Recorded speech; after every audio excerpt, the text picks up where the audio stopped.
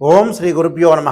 వాగర్ధాయ సంప్రోక్తో వాగర్ధ ప్రతిపత్తే జగతో పితరౌ వందే పార్వతీ పరమేశ్వరు. వ్యాసాయ విష్ణురూపాయ వ్యాసరూపాయ విష్ణవే నమో వై బ్రహ్మణిదే వాసిష్ఠాయ నమో నమ. గురు బ్రహ్మ గురు విష్ణు గురుదేవో మహేశ్వర గురు సాక్షాత్ పరబ్రహ్మ తస్మై శ్రీ గురవే నమ. ఓం శ్రీమాత్రే నమ. శుక్రగ్రహము శుక్రగ్రహము సుఖాన్ని, భోగాన్ని, సౌఖ్యాన్ని, కళత్రకారకుడు శుక్రగ్రహం.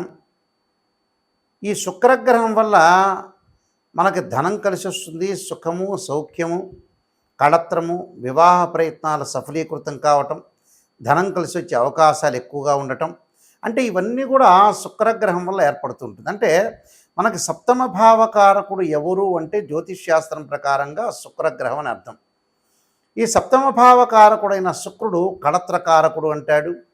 ఈ శుక్రగ్రహం అనేది ముఖ్యంగా మనకి వృషభ తులారాశ్యాలకు అధిపతి, అంటే రాస్యాధిపతి. అంటే వృషభ రాశికి కానీ తులారాశికి కానీ రాస్యాధిపతి ఎవరు అంటే శుక్రగ్రహం. ఈ శుక్రగ్రహం వల్ల మనకి గోచారరీత్యా ఏ విధంగా అన్ని రాశుల వాళ్ళకి ఏ విధంగా ఫలితాలు ఉండబోతున్నాయి, శుక్రుడు అనుగ్రహం అనేది ఏ విధంగా ఉండబోతుంది, వివాహ ప్రయత్నాలు కానీ ధనపరంగా కానీ అలానే ధనం సుఖపరంగా కానీ శాంతి కానీ ప్రశాంతం కానీ ఉండబోతున్నారా ఉండలేకపోతున్నారా, మరి శుక్రగ్రహం అనేది ఎలాంటి ఫలితాలు ఇవ్వబోతుందో మనం ఇవన్నీ కూడా గోచారరీత్యా మనం చూడాలి. అంటే జన్మ జాతకం వేరు, ఎప్పుడు కూడా గోచారం వేరు. జన్మ జాతకాన్ని బట్టి అనుసరించే విధానాలు వేరు. అలానే మనకి this is the transit system అంటారు. ఎప్పుడు కూడా రాశిఫలం అనేది ట్రాన్సిట్ సిస్టమ్ ప్రకారంగానే ఉంటుంది. గోచారం ప్రకారంగా శుక్రగ్రహం వల్ల ఏ విధమైన ఫలితాలు ఉంటాయి. శుక్రగ్రహం ఒక రాశి నుంచి మరో రాశికి మారటానికి 30 రోజుల కాలం పడుతుంది. ఎప్పుడైనా సరే ఒక విషయాన్ని గుర్తుపెట్టుకోండి, శుక్రగ్రహము ఎవరైనా సరే వాళ్ళ రాశి నుంచి 1, 2, 4, 5, 8, 9, 11 స్థానాల్లో సుఫలితాన్ని ఇస్తాడని శాస్త్రం గోచారం చెప్పబడుతుంది. అయితే మనకి గోచార రత్నాకరంలో కానీ గోచార ఫల ప్రదర్శనలో కానీ ఈ గోచార రత్నాకరంలో కానీ ఇవి గ్రంథాలన్నింటిలో కూడా మనకి గోచారం గురించి చెప్పబడింది. మరి ఈ శుక్రగ్రహం వల్ల మరి కొన్ని ప్రయత్నాలు జరుగుతున్నాయా జరగట్లేదా, మిగతా యొక్క కాంబినేషన్ ఏ విధంగా ఉందో ఒకసారి చూస్తే ఈ నెల జూలై 31వ తారీఖు నుంచి ఆగస్టు 22 వరకు కూడా శుక్రగ్రహము సింహరాశిలో సంచారం చేయడం జరుగుతుంది.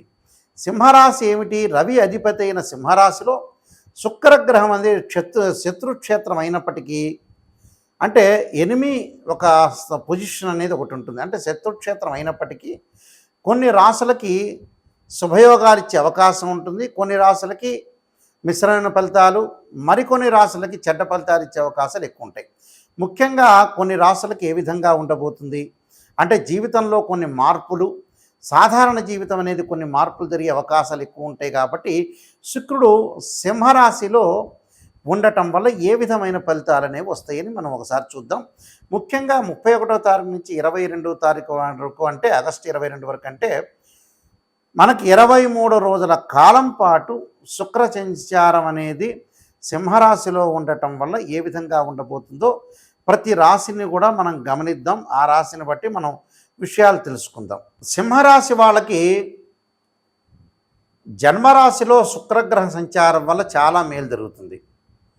ఈ 23 రోజుల పాటు ఏదైతే శుక్రుడు ఉంటాడో ఆ రాశి వల్ల మాట యొక్క విలువ పెరగటం, వాళ్ళు ఏదైతే ప్రయత్నాలు చేస్తారో అవన్నీ కూడా అనుకూలంగా ఉండటం, కొన్ని పెండింగ్ ప్రాజెక్టులన్నీ కూడా ఫినిష్ చేసుకునే అవకాశాలు, మ్యారేజ్ లైఫ్ సంబంధించింది ఏదైతే వైఫ్ అండ్ హస్బెండ్ మధ్యలో డిఫరెన్స్ ఆఫ్ ఒపీనియన్స్ ఉన్న వ్యక్తులందరూ కూడా, ఏదైతే వైఫ్ అండ్ హస్బెండ్లో డిస్ప్యూట్స్ ఉందో, కరెక్ట్గా బాండింగ్ లేని పర్సన్స్ అందరికీ కూడా అనుకూలంగా ఉండే అవకాశాలు ఎక్కువ ఉంటాయి. అంటే వాళ్ళ యొక్క కలిసిపోయే తత్వం అనేది పెరుగుతుంది అని అర్థం. చికాకులు తగ్గుతాయి, వాళ్ళ మధ్యలో గొడవలు తగాదలు తగ్గే అవకాశాలు బాగా ఎక్కువగా ఉంటాయి. అంటే బట్ వాళ్ళిద్దరు బాగుంటే అందరూ బాగున్నట్టే కదా.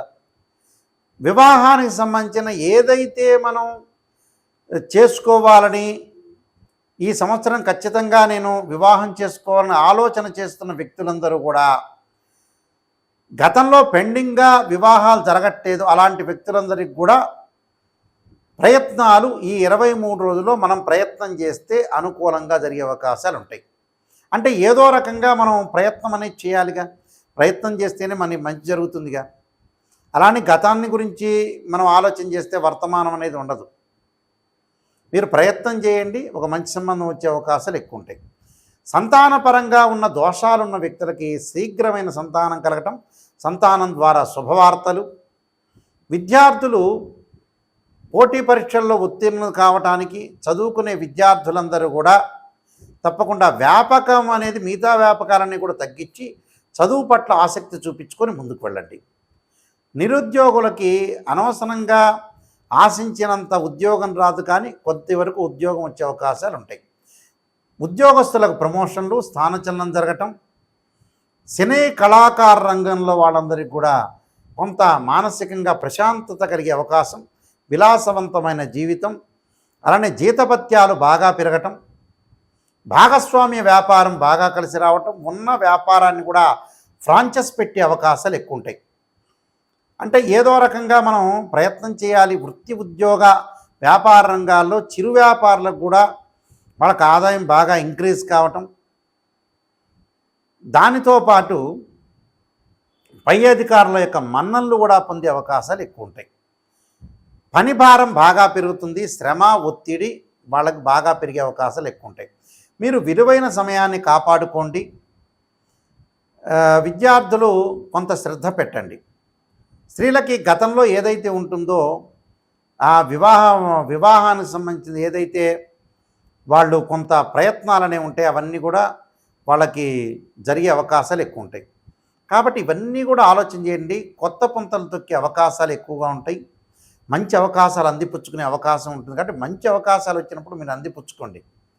అందిపుచ్చుకుంటేనే మనకి కొన్ని గుడ్ రిజల్ట్స్ వచ్చే అవకాశాలు ఉంటాయి. కాబట్టి అలానే ఆరోగ్యం అనేది కుదుటపడుతుంది, ఆరోగ్యపరంగా ఇబ్బందులు ఉండవు. అలానే విదేశాలకు వెళ్ళే మార్గం, ఒక ప్రణాళికా మార్గాన్ని ఒక ఎస్టిమేషన్ వేస్తారు. అనేక మార్గాల్లో కూడా ఆదాయం పెరిగే అవకాశాలు కూడా వీళ్ళకుంటాయి. అంటే ప్రయత్నాలు చేస్తుంటారు. ప్రయత్నం చేయటంలో ఎప్పుడు కూడా జీవితంలో తప్పులేదు. కాబట్టి నేను చెప్పిన రెమెడీస్ చేయండి, మీకు ఒక మంచి ఫలితాలు వచ్చే అవకాశం అనేది ఒకటి ఉంటుంది. ఈ రాశి వాళ్ళు ప్రత్యేకంగా శుక్రుడు యొక్క ఆరాధన చేయటం చాలా ముఖ్యం. శుక్రుడు యొక్క ఆరాధన చేయటంలో శుక్రగ్రహం అనుకూలత మనకు ఉండాలన్నా, ధన ప్రయత్నాలు సఫలీకృతం కావాలన్నా, వివాహ ప్రయత్నాలు సఫలీకృతం కావాలన్నా, ప్రశాంతంగా ఉండాలన్నా, సుఖం కలగాలన్నా, భార్యాభర్తల మధ్యలో విభేదాలు తగ్గాలన్నా, అనవసరమైన మధ్యవర్తిత్వం కానీ, అలానే వివాహం సంబంధించిన విషయాల్లో ముందుకు వెళ్ళాలన్నా, అలానే ఎవరైతే ప్రేమించుకుంటున్నారో అలాంటి వాళ్ళు పెద్దల ద్వారా ఒప్పించి వివాహానికి ప్రయత్నం చేసే వ్యక్తులు కానీ, అలానే కాస్మెటిక్ సంబంధించిన బిజినెస్ చేస్తున్న వ్యక్తులు కానీ, సినిమా రంగం వాళ్ళు కానీ, సినిమా రంగంతో పాటు ప్రతి పనిలో కూడా కొంత ముందుండాలి, ఒక ఆకర్షణ బాగా పెరగాలి అని అంటే, అలానే ఏదైతే సంతానపరంగా ఇబ్బందులు కలుగుతున్న వ్యక్తులు, అంటే మనకు సెమిన్ అనాలిసిస్ అంటారు, టెస్టోస్టెరాన్ అంటారు. అంటే ఇవన్నీ కూడా శుక్రగ్రహం వల్లనే ఆరోగ్యపరంగా బాగుంటేనే మనకు శీఘ్రమైన సంతానం కలుగుతుందని అర్థం. అంటే గురువు కూడా అవసరమే, శుక్రుడు కూడా అవసరం. కాబట్టి శుక్రగ్రహం వల్ల ఏదైతే మేలు కలుగుతుందో ఆ మేలు కలగటానికి తప్పకుండా దోషం అనేది, ఏదైతే కొన్ని రాసుల వాళ్ళకి దోషం అనేది ఉంటుందని మనం చెప్పుకున్నామో వాళ్ళందరికీ కూడా మంచి జరగాలంటే శుక్రుడు యొక్క అనుగ్రహం అనేది ఒకటి ఉండాలి.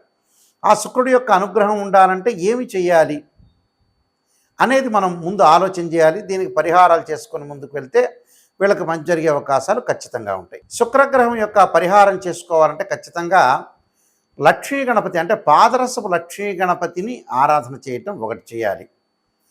అలానే శుక్రగ్రహం యొక్క అనుకూలతను మనం ఉండటానికి వీనస్ ప్లానెట్ మనకి ఏదైతే పాజిటివ్ రిజల్ట్స్ రావడానికి ముఖ్యంగా శుక్ర హోమం చేయటం చాలా మంచిది, శుక్ర జపం కూడా చేయటం చాలా మంచిది. అలానే శుక్రుడి యొక్క అనుకూలతను మనం బాగా ఎక్కువగా రావటానికి అమ్మవారి యొక్క ఆరాధన, రాజరాజేశ్వరి యొక్క అమ్మవారి యొక్క ఆరాధన, శుక్ర జపం చేయటం చాలా మంచిది. ఓం శుక్రాయ నమః అనే మంత్రాన్ని కూడా చదువుకోవచ్చు.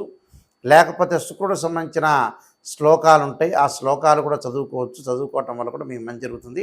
ఈ శ్లోకాలు కూడా శుక్ర హోరలో కానీ, శుక్రవారం రోజున లేదా ప్రదోషకాల సమయంలో సాయంకాలం వేళ శుక్రుని ఆరాధన చేయాలి. కానీ పాదరసపు లక్ష్మీ గణపతిని ఆరాధన చేస్తే చాలా శ్రేష్టమని శాస్త్రంలో చెప్పబడింది. శుక్ర హోమం చేసుకోండి. అలానే బొబ్బర్లు అంటే అలచందలు అంటారు, శుక్రవారం రోజున దానం చేయండి. శుక్రగ్రహ దోషం పోయే అవకాశాలు ఖచ్చితంగా ఉంటాయి. ఇవన్నీ కూడా మీరు నేను చెప్పిన పరిహారాలను కూడా పాటించి ముందుకు వెళ్ళండి. మీకు మంచి జరిగే అవకాశం ఖచ్చితంగా ఉంటుంది. మీకు మంచి జరగాలని ఆశిస్తూ సర్వే జనా సుఖినో భవంతు.